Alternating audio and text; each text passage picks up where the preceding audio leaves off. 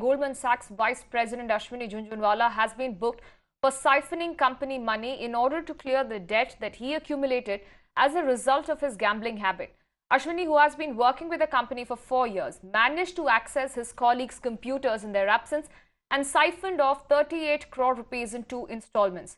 According to the FIR, Ashwani, who was a poker addict, has committed similar crimes in his earlier companies as well. Ashwani also got in touch with the former Goldman Sachs employee Vedant after committing this crime. Now, Vedant was terminated from the company for the fraudulent activity.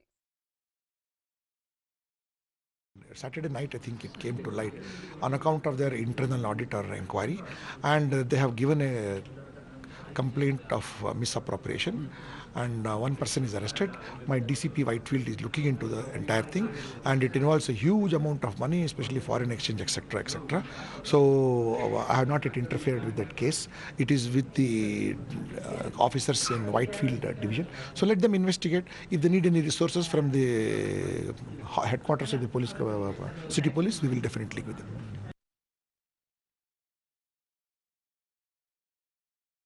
Let me go across to my colleague Neha Ibare joining me live, getting us further updates on this entire case. Neha, first of all, tell us what is the status of the police probe so far in this case?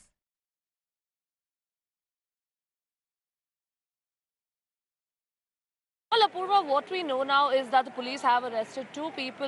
The first, of course, being, the Vice President Ashwani Jhunjhunwala, and the second being the former Goldman Sachs employee who also helped Ashwani, siphon off these funds, Vedant Rungta. So, as far as the police investigation goes, they are, of course, at this point of time trying to ascertain why exactly he really, indulged in this. Because do remember that for a company like Goldman Sachs, it is a big company, even globally. It's not just a company that's made a name for itself in India.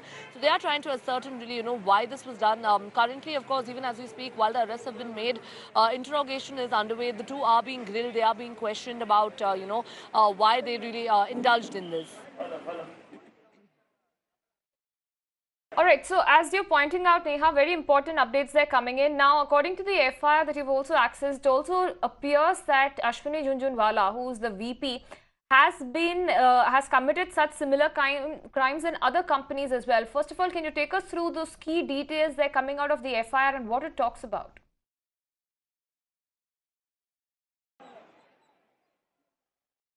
Well, Apurva, do remember that Ashwani Jhunjhunwala, just delving a little bit into his background, he's a man who's had about 14 years of experience in the field of finance. And also do remember that as per the FIR, as per what the cops are telling us, that he was, someone who had indulged in this in the past as well, in his previous companies as well. So this is not the first time. And now that, of course, the police have arrested him, they would possibly be looking at the history of Vedant Rungta as well, the former employee.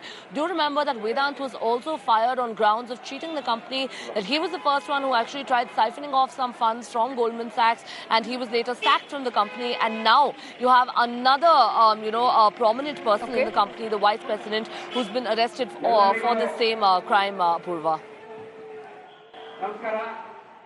All right, Neha, request you to stay with us. Let me go across to my colleague Viren Farah, who's also joining us live, to break it down for us as to how this happened, because this is extremely bizarre. This is a leading investment company. Viren, over to you. Can you tell us how the VP managed to siphon off almost 38 crore rupees from the company?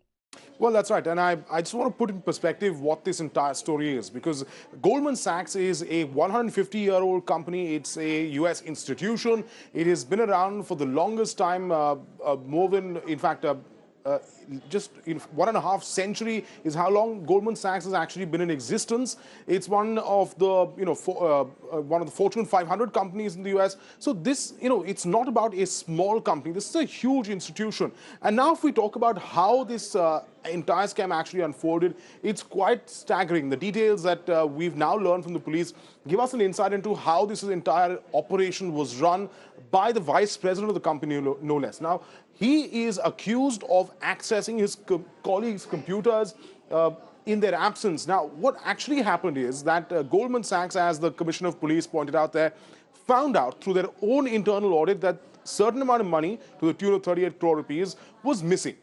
They then, of course, went back to look at how, where the money actually went. And what did they find? They found that in fact, they reviewed CCTV footage, found the fact that this man access their computers to be able to gain access into their own accounts, and then of course they were able to find out what he actually did in their absence. Now, how was he able to get access to their computers?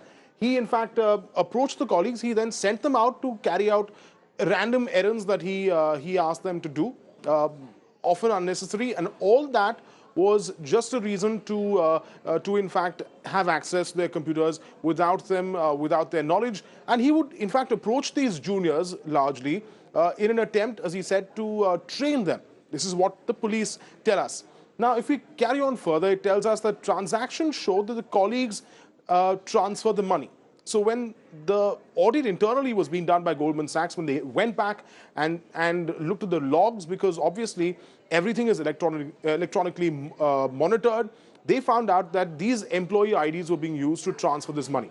Now, after that, they went and reviewed the CCTV footage, as I said, and that's when they found out that it was not those employees, but the vice president of the company itself who was actually accessing these computers and was responsible for the transfer of this money. So it's an elaborate plan that was hatched for this man, including sending his own subordinates out for random errands just so he could have unmitigated access to their computers to do whatever he wants and perpetrate this scam.